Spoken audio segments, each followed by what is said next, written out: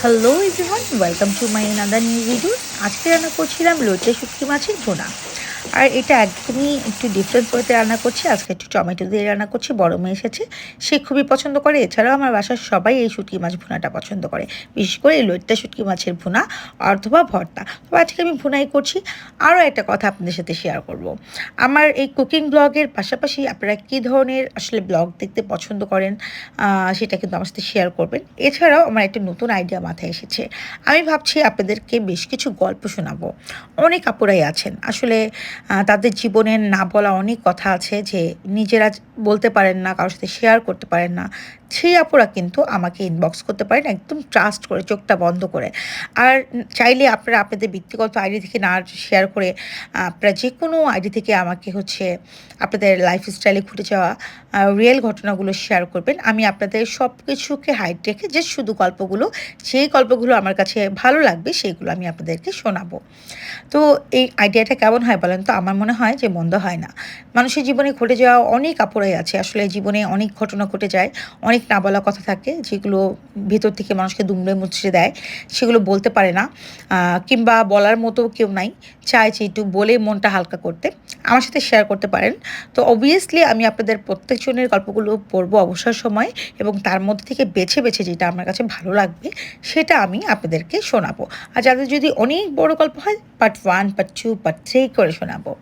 আমি আমার লাইফস্টাইলে ঘটে যাওয়া কিছু গল্প আপনাদের সাথে শেয়ার করব। যাই হোক, আহামরি আমার জীবনে তেমন কোনো গল্প নাই। তারপরেও একেবারেই যে নাই তাও না, কিছু গল্প তো অবশ্যই আছে, সেগুলো তো শেয়ার করবই। সেই সাথে আপনাদের গল্পগুলো শেয়ার করব। তো আপনারা যারা আসলে আমাকে ট্রাস্ট করেন, কিংবা আপনাদের যাদের মনে হয় যে না আমার মনের কথাগুলো বলে মনটাকে একটু হালকা করব, তারা কিন্তু চাইলে আমার সাথে শেয়ার করতে পারেন।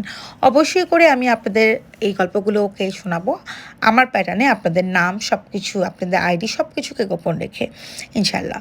আর এই তো আমার লইটে শুটকি মাছ ভুনা করা হচ্ছে। আমি আজকে টমেটো ইউজ করেছি। আর এই লইটে শুটকি মাছটা কিন্তু খুবই আমাদের শরীরের জন্য অনেক হেলদি। আয়রন, সোডিয়াম, এই সব কিছুর সোর্স আছে এর মধ্যে, পটাশিয়াম। আর এটা আমার বাসার সবাই পছন্দ করে। আর দ্বিতীয় কথা হচ্ছে, লইটে শুটকি মাছটাকে পরিষ্কার করতে হয় কিন্তু একটু অন্যরকম প্রসেসে, যেমন গরম পানি দিয়ে ধুতে হয়। এছাড়া খালি খোলায় টেলে নিতে হয় শুকনো অবস্থায়। দেন ঠান্ডা পানি দিয়ে ধুয়ে গরম পানি দিয়ে কিছুক্ষণ ভিজিয়ে রেখে বেশ কয়েকবার ধুয়ে নিলে কিন্তু ব্যাড স্মেল কিংবা তেতো ভাব কোনো কিছুই লাগে না। লোটে শুটকিটা কেনার সময় একটু ফ্রেশ দেখে কিনে নেবেন। আর আমি লোটে শুটকিতে একটু রসুনের পরিমাণটা বেশি পছন্দ করি। আর যারা ঝাল পছন্দ করেন তারা বেশি করে ঝাল দিয়ে নেবেন। আশা করি শীতের দিনে এই ধরনের শুটকি মাছ যারা লাভার আছেন তাদের কাছে ভালো লাগবে।